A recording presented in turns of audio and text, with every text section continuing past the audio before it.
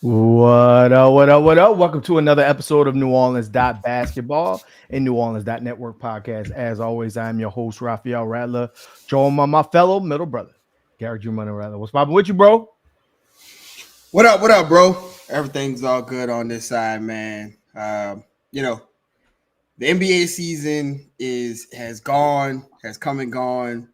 But the NBA it is always there. It's omnipotent. No matter where you look, no matter how you don't hear nothing and it's real quiet.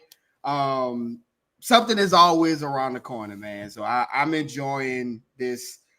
It's a wild off season, but it's not. It's not it's not blown up crazy, but it's like, oh, okay, there's some things going on, man. But outside of that, man, obviously I've been watching the W, man, and the Commissioner's Cup. Shout out to the Fever for winning that. That was incredible to watch them win that without Caitlin. Shows how deep, how really good and deep their team is. Hey, the W is showing you that you need depth, man. Mm-hmm. Yeah, man. And look, I wanna while we still got this little platform, I want to give some well wishes to somebody, man. Red Panda, let me tell you something.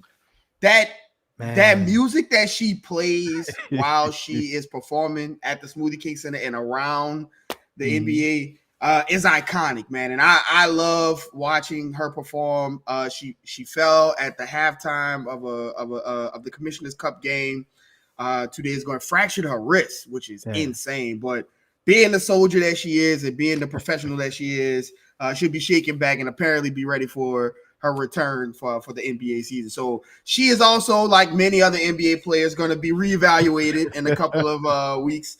So man, big love and big shout out to Red Panda. But appreciate everybody pulling up on us. I see all y'all in the chat, man. Appreciate y'all coming up and pull up on us. Talk about this craziness that's been going on with the Pels and the Pels roster. Feels like a whirlwind, man. But I'm good on this side. How's everything on your side? I can't complain. I'm blessed. The NBA season has, like you said, come, gone, went. New season started. Already shit has hit the fan. So I'm excited for it. But what I'm more excited about is Summer League right across the way, right this weekend in just a couple of days. Now, the California Classic. Yeah, you about to watch a lot of bad basketball, but at least you're watching basketball. You're not just hypothesizing about what players can be. But before we get too deep into the Pelicans and the new Pelicans roster, it looks like just a new direction altogether. Make sure you guys are locked in with us. That's NO_basketball, no E. Like the episode below, make sure you subscribe on all your media outlets because the Pelicans are never boring, just like the NBA. So speaking of the Pelicans, let's switch over to the Knicks. Mike Brown gets hired as the Knicks head coach. And again, I don't know if that's necessarily like that different from Tibbs or anything like that. But what popped off the page was there was another candidate that was interviewed, and that was James Borrego. Now, he did not get the head coaching job, but was said to be the top candidate for the assistant coaching job. Now, he already has that title, Garrick, and it's for the New Orleans Pelicans. Now, it's normal for, remove the NBA away. It's normal for a company to not want their employee to leave for the exact same job elsewhere because that's an indictment on their company. Unless said company is looking to promote you at some time. So, again, James Borrego does not get the head coaching job, but immediately the Pelicans are quick to deny him the opportunity to leave for any means. Do you think that has any correlation with Willie Green and his, let's say, lack of job security going into next season, being that it's so pivotal that the Pelicans win and win early in the season, unlike the past however many seasons of the road the Pelicans have started? What do you think about that? Do you think there's something to it, or do you think it's more, hey, I'm just not going to let you go just like any other team would? Yeah, man. I think this is one of those situations where there's smoke. There probably is a little fire. Listen, we've talked about this on previous podcasts, and I talked about it at the very end of our draft recap. I think the episode before that, where I said, like, if you go back to the Joe Dumars introductory press conference, Gail Benson very loudly, very clearly said, Joe, you have all my blessing and all my support to do whatever you think is best for the team. She said it into a mic with everybody watching. Okay? So you take that piece of crumb and then you look at the players that Joe Dumars have brought in since he's gotten here. We talked about a philosophical change. Willie Green, what we all know Willie Green not to do. He's not playing young players, and he's not playing guys that may or may not have a defensive liability attached to them, right? And so if you fall into one of those two categories, it's very difficult to get on the floor. If you fall into both of those categories, it's probably impossible to get on the floor. However, with that being said, and Willie Green still being the coach, Joe Dumars and Troy Reaver decided to add Jordan Poole, Jeremiah Fears, Derek Queen to this roster. Okay. Now Sadiq Bey, that's a defender. That's more of a Willie Green guy. Micah Peavy, that's a Willie Green guy. But those other three, those guys have not been known to be the type of player that Willie Green would like to have on the floor. Okay. So I said it last. This is an opportunity for Joe Dumars to look Willie Green in the eyes and say, listen, these are the guys that I want on the floor. Like, these are the guys I think will help the Pelicans get to where they need to go, or, move forward in whatever process that they're on.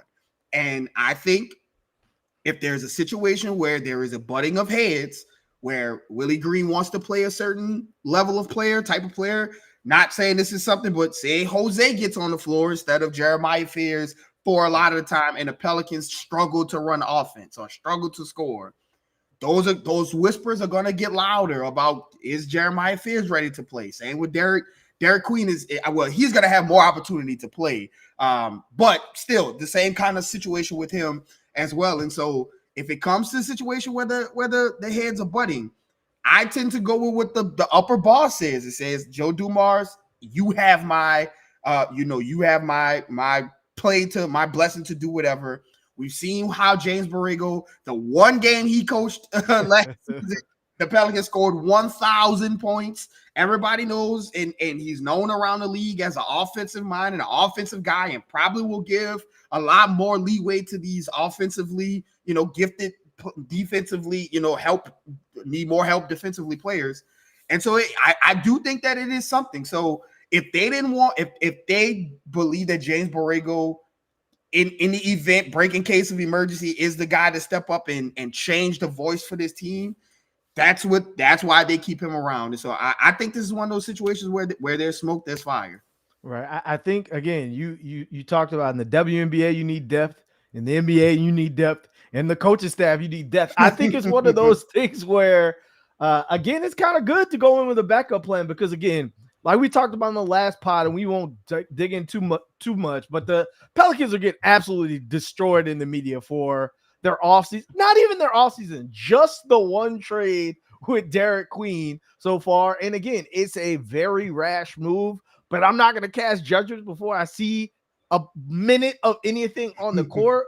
But that being said, it looks like the Bucks are all in around Giannis and all in around not taking, so that's at least good. But Garrett, they better be right. The Pelicans better be right with all of these moves that they've laid out so far. Go ahead. I just want to, once again, Joe Dumars, Troy Weaver, welcome to New Orleans sports luck. Because of course, when the Bucks, who you just traded their pick away, right? Where, okay, they have to get good. Okay, good. They went and got a center.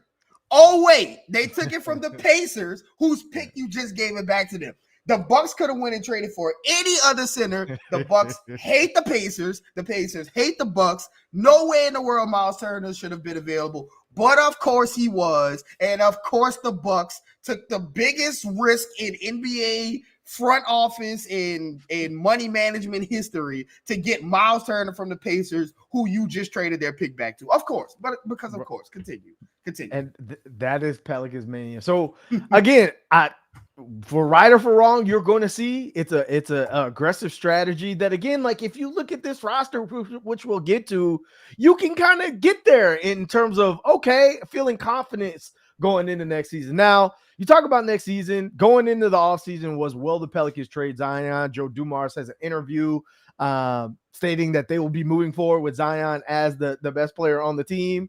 Well, the Pelicans also announced their preseason schedule, which they play no games in the Smoothie King Center. They do play 2 in Australia, but no games in the Smoothie King Center, 1 game in Birmingham and 1 game in Orlando. And oh, by the way, Trey Murphy is on the picture of the flyer. So all the rumors about Trey Murphy possibly being in the mix for this or mix for that, I don't think they're going to lead with the first piece of media content of the new season with Trey Murphy's face being on it as the main token. So I just don't see that piece of it. But since the last time we spoke, the Pelicans did release Alfred Payton. The Pelicans did release Brandon Boston. The Pelicans did release Antonio Reeves. We talked about there just being too many guards on this team prior to adding Jeremiah Fears and prior to trading for Jordan Poole. Something had to give. What are your thoughts on this? Obviously, these were some players you thought that might stick around regardless of the change in front office leadership and things like that. What are your thoughts as some of those players try to find new destination? Yeah, man. I think this is one of those situations where you have 3 guards who can really bring different things to the to the court, and they all had like really good games last season. Not like obviously not a season. These aren't like stars or anything like that, but each you can remember a game where he was like, "Damn, remember Alfred Payton had 21 assists? Mm-hmm. Remember when Antonio Reeves had 35 points in a game? Mm-hmm. Remember when Brandon Boston had a stretch where he was putting up 20 a game?" So like you remember all of these good things that these guys did, and especially speaking about Alfred, that having that kind of veteran guy that could keep everyone professional, like to be that voice that you lost in CJ, but then also have a guy that can contribute. Obviously, he set the franchise record in assists last season, so that's a guy that can get on the floor and as well as do some of those veteran leadership things. You kind of wish to have something like that around, especially with the guard play being a bunch of young guys and Jose and Jeremiah Fears, and obviously Jordan Poole is older and mature, but he has some times where he's a little off the rails. So it'd be nice to have just a guard in there that could be the big brother of the locker room. So it sucks to see that. And listen, I think I've seen a lot of like prevailing sentiments on Twitter after the Antonio Reeves move about him being I agree, a guy that can knock the 3-ball down, showed you some things on the floor where he was playing really well towards the end, right? I also would like to touch, like, we are talking about the 14th, 15th guy or whatever on the end of the bench. Now, is he a good player? Yes. Also, there's not a runway to have this many guards on the floor and on the team and get them all on the floor for the appropriate amount of minutes that you're going to need, especially when Antonio Reeves is going to be one of these guys is going to be coming up for a contract eventually, and you have to have seen something around them. I've also seen something where like people was like, well, why not cut Jordan Hawkins instead of Antonio Reeves, because Antonio Reeves had like pretty much a better year than Hawk did from the 3-point line last season. And that just goes into Jordan Hawkins is a first-round pick. There's a lot of pride in these front offices and a lot of things in that. And obviously, this is a different front office than that, but it's still an organization that drafted Jordan Hawkins, and you're gonna give that guy the longest amount of runway you can, unless it's like really, really bad. And I don't think it's gotten there with Hawk. I mean, obviously he hasn't gotten to where you want him to be, but you'll give him that runway. And so it's tough to see those three guys. It is interesting that Brandon Boston hasn't gotten picked up or added to anyone's roster yet. So that makes, that's interesting. I think that he would at least be a good end of the bench guy. He showed enough on tape, I think, last season to at least warrant some kind of minimum somewhere. And you haven't seen his name pop up anywhere yet. And so I think that's interesting. So maybe, there's an avenue for him to return if something that goes wrong with the Pelicans or whatever the case is. But I think, just the guards that are on the floor, you always got to remember that you got to, whether he's considered a guard or not, Zion's going to be on the ball. So you have to consider that a guard as well. So there's just a lot of ball handling responsibility. Derek Queen can handle the ball some. Herb can handle the ball some. Trey will be the secondary, shot creator and ball handler. So there's just a lot of ball handling responsibility, and the team has gotten deeper. And so that's just a casualty of it. And then there's also a possibility of something else going on, another trade or something happening. A lot of these trades have not been confirmed and closed yet. And so they can always be expanded. And so maybe something like that is going on. But as far as like their impact on the court, I think the ball handling responsibility that you have on the roster right now, I think you should be good enough, at moving forward.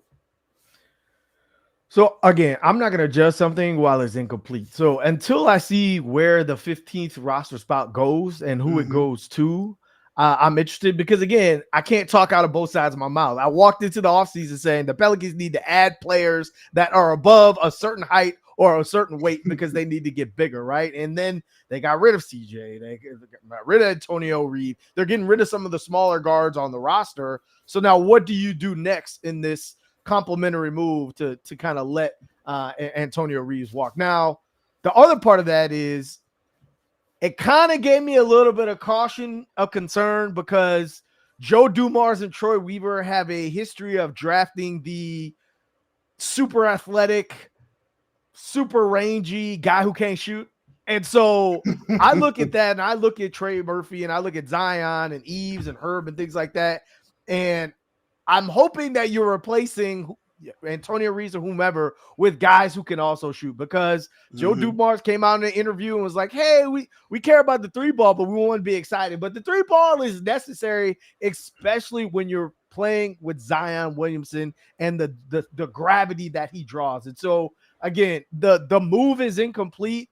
To your point, I did think that Brandon Boston was showing you his ability to both play on ball, play off ball, be a point guard, some ways, defend on some ways as a guardish wing that could play 2, 3, sometimes 4, 2.5, yeah, right. And so part of me also makes me think like, okay, well, if Alfred doesn't find a home, is that someone where you can always call?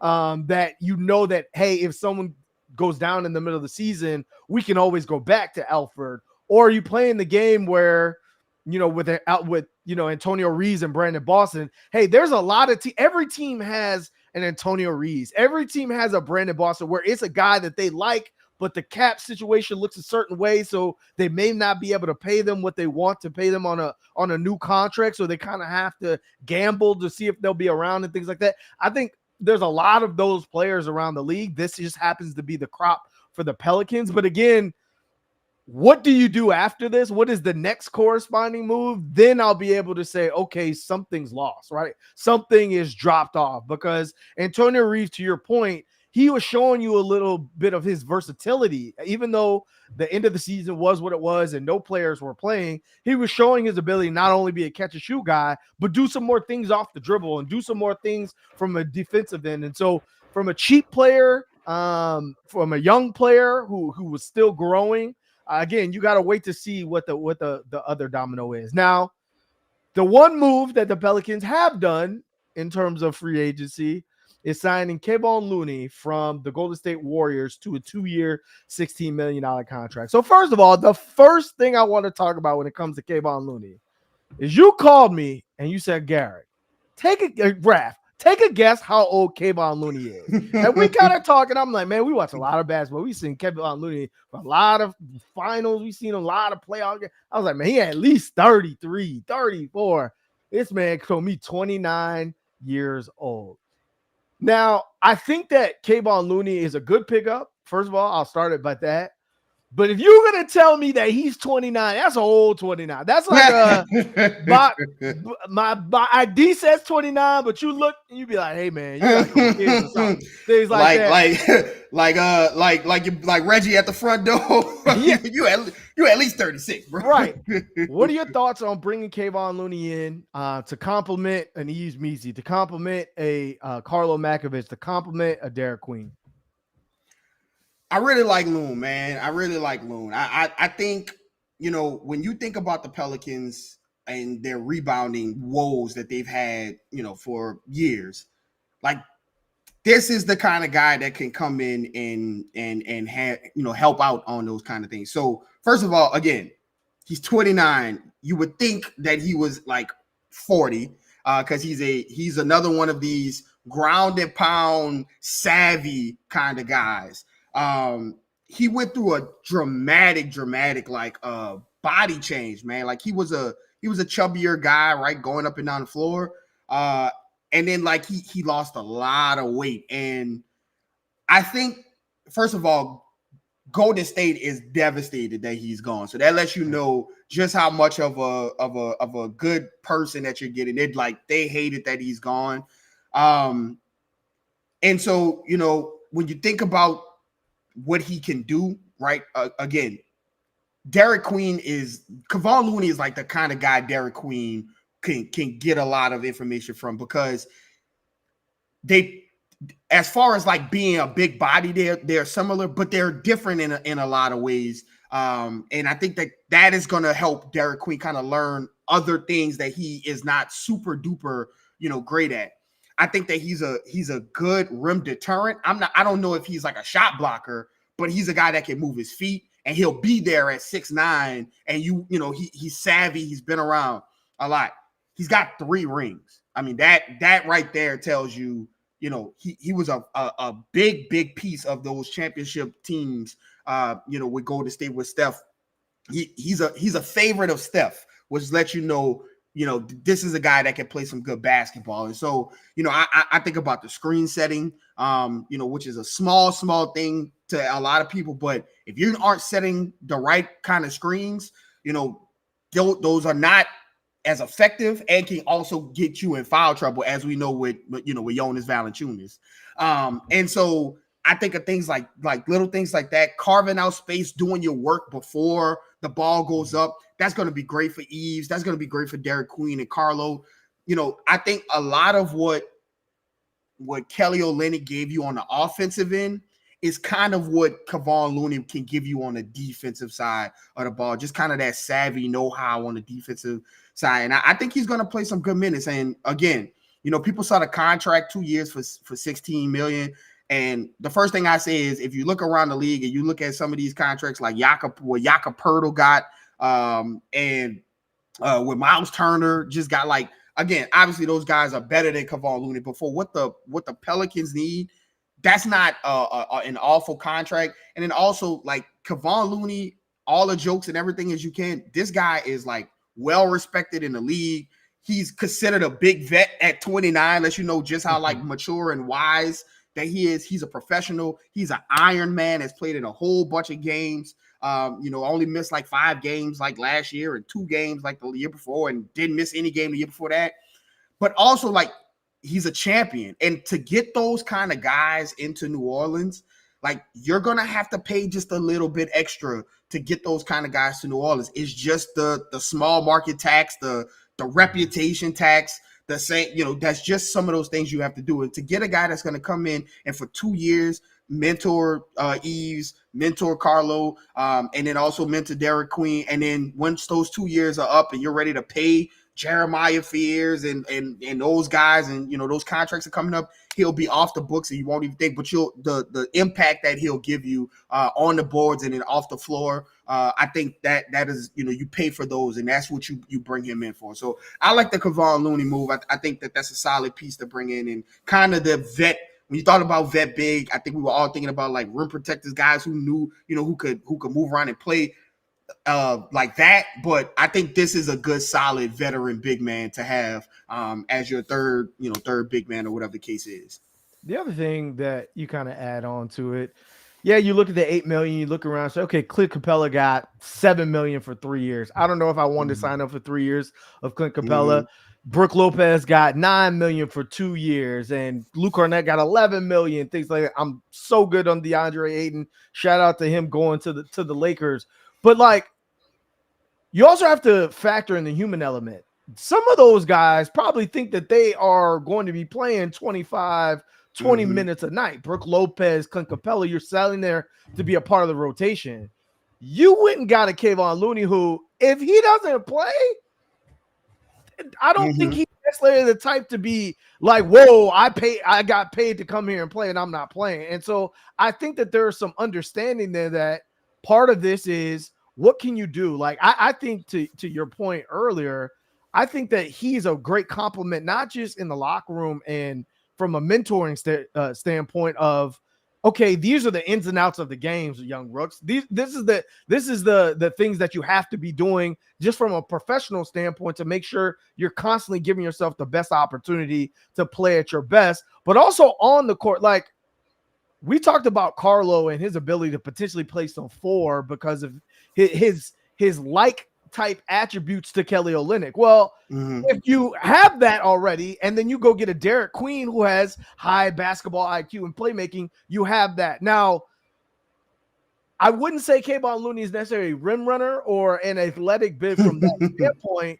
but if you have that in Eve, what don't you have? You don't have an innings eater. You don't have a big body that can withstand those big bruising centers that you have to go up against every now and then, where Eves is fighting for his life and Carlo's fighting for his life. And yes, Derek Queen's a little bit of a bigger guy, but he's a rookie. And so how do you insert that when you need it in the middle of the season on a Tuesday because you've had a back-to-back the night before? I think he's a player that can contribute in that way. And so I think from the situation, from what we're bringing you in to do, both in the locker room and on the court, I think it's a really good fit. Now, and just to add on, another benefit of him is that, you know, as Jordan Poole makes his transition to the starting point guard with the Pelicans, you saw it immediately when Kevon Looney signed with the Pelicans. Jordan Poole put him on the Instagram talking about how lit it was. And so for a guy that's coming into, you know, a new situation where he's going to step in and be a very important piece as DeJounte Murray, you know, is you know, comes back and rehabs and things, you know, just that comfortability of a guy that, you know, you know what we were doing when it was time when the money was on the line and you know, with a championship on the line, you know, maybe some of that chemistry could kind of help, you know, get that second unit or whatever the case is going. And so I think that, you know, just those added benefits that he brings is worth the price of admission. For sure. So you bring that body in, and again, with the waiving of Antonio Reeves, the roster now is at 14. So the Pelicans have 14 players under contract. Only 4 of them not drafted by the Pelicans. How do you view this roster? Let's say, again, perfect world, which never exists for the Pelicans. No, it doesn't. You have DeJounte Murray, Zion Williamson, Herb Jones, Trey Murphy, Yves Missi, Jordan Poole, Jordan Hawkins, Sadiq Bey, Derek Queen, Carlo Makovich, Jeremiah Fears, Jose Alvarado, Micah Peavy, Kevon Looney, and player to be named. What are your initial thoughts of that going into the season where, again, everyone thinks they should have a shot? Literally, the Blazers are like, sign me up from Jansen Yang because we're about to go make a run at the West. What are your thoughts? Do you think the Pelicans have enough? I like this roster. I really do. I do like the roster. I think, you know, there's this notion that the West is like really extremely tough, and it is. Okay, like it's got a lot of superstars in it. But like once you get out of like OKC, who is obviously, you know, stamped and confirmed, and that's, you know, that's the bar, that's the tone setters. And then you have this Rockets team who on paper looks fantastic, but you have yet to see it play out on paper, on the court. And then you have Denver, and you have the best player in the league and an unstoppable force in Nikola Jokic. But like after that, it's as Zach Lowe called it, fat in the middle, right? Like you have the Clippers, you have the Timberwolves, like you have this conglomerate, the Warriors, you know, the Mavericks, the Lakers, the Spurs, all of these teams that have flaws. They have players hurt. They have holes in their roster. They're not as talented as they used to be because of, you know, cap things going on, whatever the case is. And so when you look at the Pelicans roster, and the I think the best part about it, and this goes to Joe Dumars, is that it is a bet on Zion. And when I say that it is the best, that's the best part about it, is that not only are you putting the superstar responsibility in his hand where it should be, but you're also like letting him understand that if this isn't like, if this doesn't work, like there's talent up and down, everything you could possibly need. And if it doesn't work, there's an underlying backup plan. There is an underlying backup plan. If you were to tell me a team was to be built around Jeremiah Fears, Derek Queen, Trey Murphy, Herb Jones, and a return for Zion, just saying ease Misi, and you know, and I'm just, you know, just saying at the worst case scenario he gets traded out, whatever that return is, like that's a good way to hit the ground running on a rebuild. But when you look at this roster right now, you have depth at the guard position, because again, you include Zion in that because he's going to be on the ball.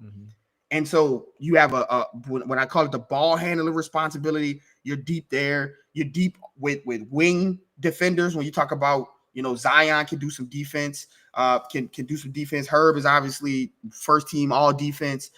People forget about Sadiq Bey, like bringing him in, like that's a good defender there. Trey Murphy is taking steps as far as the defensive side of the ball. DeJounte Murray led the league in steals. DeJounte is a wiry kind of guy that, you know, he plays the guard position, but he has the measurables of a wing almost. And so you have a lot of options there.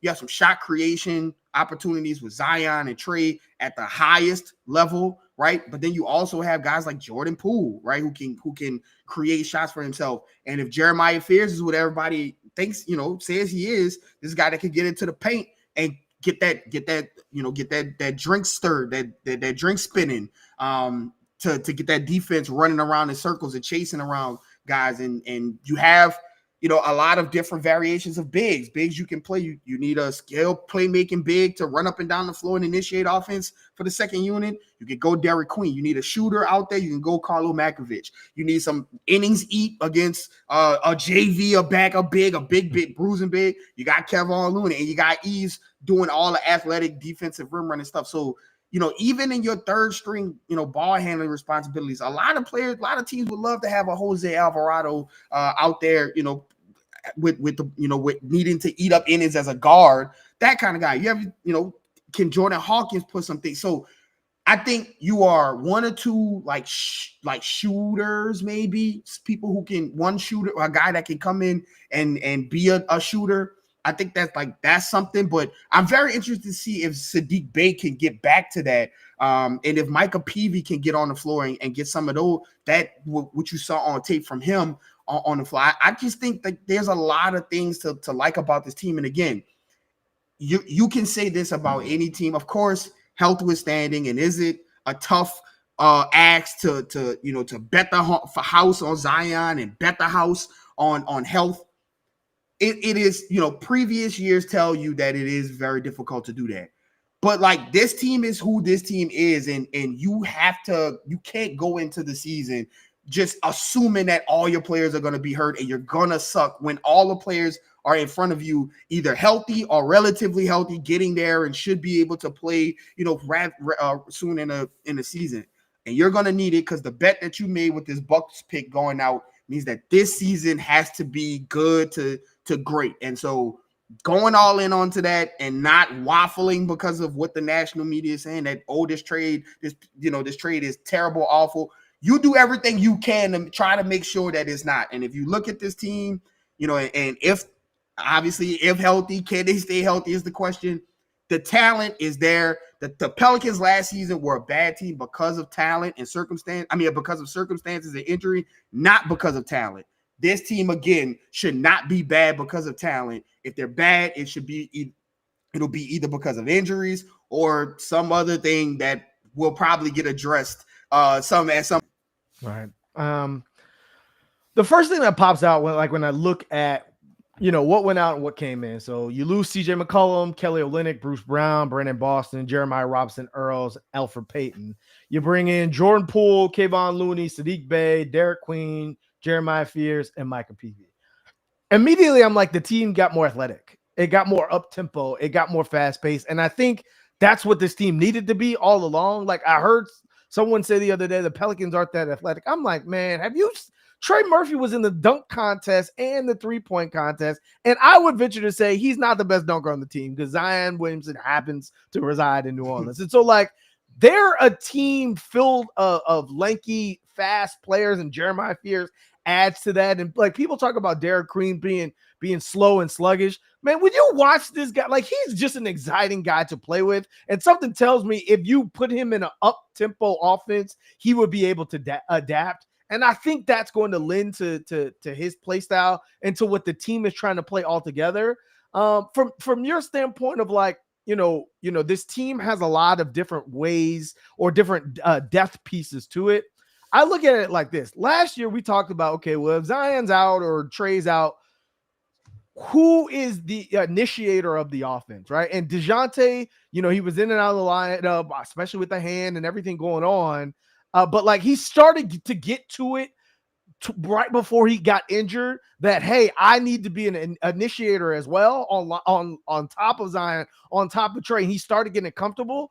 But then after that, it was like, Brandon Boston, man, this is a revelation, right? And so you lose that, but then it becomes the question of, okay, I think what some people are forgetting here is that, like, I know we talk about these names because it feels like they've been in the NBA for a long term, but, like, Herb Jones is still, like, an ascending player. Like, you don't know who Herb Jones is. And I think the lost in the fact that Zion only played 30 games, Herb only played 18. So, like, Herb not playing and seeing what's that next level for him offensively, because he was starting to do some things where you're like, if Herb can just add that to the game, and if Herb can just be confident getting to that spot, that adds another initiator of offense. You talked about Jeremiah Fears.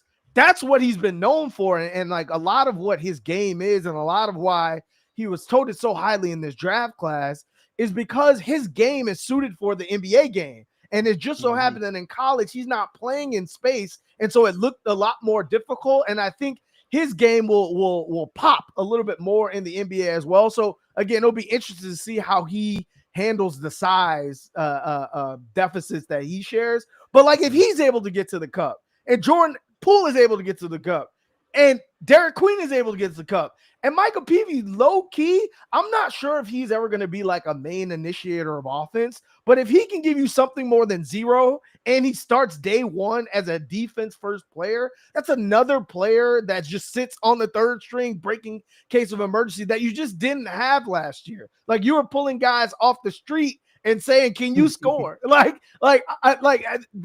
has been a deficit of this team for quite some time. And so, again, the roster's incomplete. There's an open spot. So if you go add another initiator, I think that's something that the Pelicans not only needed, but I think it's something that's necessary along Zion. To your point, you are building everything around Zion. You're putting everything into this season. But what else are you doing? You're building contingency plans. And so I think that if, in lieu of when some of these players get hurt, what do you have that's going to keep you afloat that you can plug and play and not say that, oh, we can't score for 2 weeks because X and X is out with an ankle to it. Like, you need to have different answers to the test. I think bringing in more initiators that can create for Carlo Makovich, that can create for Yves Missi, some of these guys that are more finishers than starters or creators, I think that gives you another level of offense that we're not really factoring in. Jordan Hawkins included. He doesn't really create for himself yet at this point either. So if you add more guys to that mix that can get more out of those players, I see the vision of what the Pelicans are envisioning. Now, will it come to fruition? Who knows? I'm very excited for Summer League because I think these guys are going to get the ultimate rope to say, okay, and we'll talk about this on future pods. all right, Jeremiah Fears, how good are you right now? Right? Like Derek, we think you're good, but like, are you pushing 20 minutes to start the season good? Like that's what you want to kind of see pop at least a little bit from the summer league. But what else do you think? What are your final thoughts on if this is the roster plus maybe another body or two going into the season? What are some things that you want to be able to at least see pop before then? Yeah, I think, it's gonna be, and again, is such an easy cop out answer, but I've been saying it all off season, and I'm gonna continue to say it, until the season starts. This all depends on number one. Yeah. If number one comes into training camp in shape and ready to dominate, again, it's fun to make fun of the Pelicans. It's fun to make fun of Zion. It's all fun and games until he has 30 points in 20 minutes. Then it's like, oh wait, he's really good. When he had some semblance of talent around him, he was battling with Nikola Jokic at the top of the Western Conference standings. I know it's eons ago. I know it's like 7 scandals and 6 baby mamas ago. I get all of it. It's funny to make the jokes, but when he gets on the floor, when he plays, he is a game changer and a franchise pointer. He is the North. He is a North Star. He can take you to certain places in games that other players can't get to, and so it's all dependent on him. This team has secondary creation. I know people talk, it's lack of shooting. I get a lot of the names, and there could be some shooters added to this team, that could help. But you have Jordan Poole, you have Jordan Hawkins, you have Trey Murphy. Herb Jones was shooting 50% from the corners before he got, before he starts to hit a little slump, before last season started. You have guys who, with more open shots, you should be able to knock down, some shots. And again, they can always add shooting at some point. You have vertical threats. You have defense around you. You have your cake and you're able to eat it too. And so it's all about number one. None of this matters if Zion isn't there. I think the Pelicans understand that and know it because you have pushed all the chips in for Zion. He comes into the season like he was towards the end of last season, where it didn't matter if it was Luka and LeBron on the floor. Ask Trey Jemison. I think his body's still underneath the rim.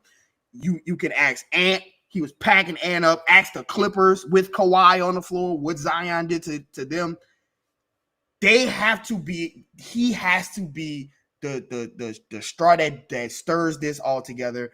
It doesn't, the championship aspirations or the long playoff run aspirations don't happen if he's not here. Can this team probably still compete and be a decent team? If he is hurt or whatever, because of the additions of Jordan Poole and the additions of these the other guys, the rookies coming in and things like that, they could possibly be better than how they used to be without him. But if they want to get where they're going, he has to come into the season ready to go hit the ground running. We can't hear that, I'm going to be ready in 20 games. You can't afford that in this season. With that pick out, you cannot afford that this season. He has to be the one to come in and take this team by the horn. Joe Dumars and Troy Weaver have basically gifted this role to him, this pressure that a superstar has to him to rehabilitate all his image and everything on the floor. And it's right there for him to do it. He has to come into this season ready to go. I couldn't agree more. With that being said, again, the summer league is right around the corner. That actually starts this weekend. The Pelicans don't start for another week. Back to fun summer leagues Pelicans, because the last couple of years have been tough to watch. Not a whole lot of fun, energizing play. But this year, with so many rookies and so many young players coming back from next year, I think that there'll be a lot more fun. And again, hopefully they compete for another championship or something. It'd be good to start the year off in a better way than they did last year. For that being said, what you got left for the people, Gary? As always, you never know what people are going through, so give someone a smile today. Appreciate everybody coming through, man. Y'all mean a lot to us when y'all come into the stream and comment us. We see all the comments. We holler at y'all in the comments after the show. So appreciate everybody pulling up. Yeah, man, Summer League is tipping off the California Classic. I can't wait. I'm looking forward to it. It's very interesting that the first, not the California Classic, but the actual Summer League in Vegas one. The first game is Cooper Flag versus Bronny James. And man, the NBA, let me tell you something. Them writers, they be in there cooking when it come to the storyline. So I'm looking forward to Summer League starting this week. And then obviously the one coming in Vegas. We'll be there, towards the back end to cover what's going on there. So we'll be hollering at y'all from Vegas as well. So with that being said, follow myself at Garrick_Rattler. Follow my brother at Raphael_Rattler. Follow the page at NO_basketball, no E. That's on Twitter, Instagram, wherever you get your socials. And most importantly, subscribe to New Orleans Basketball, and we'll see you guys next time.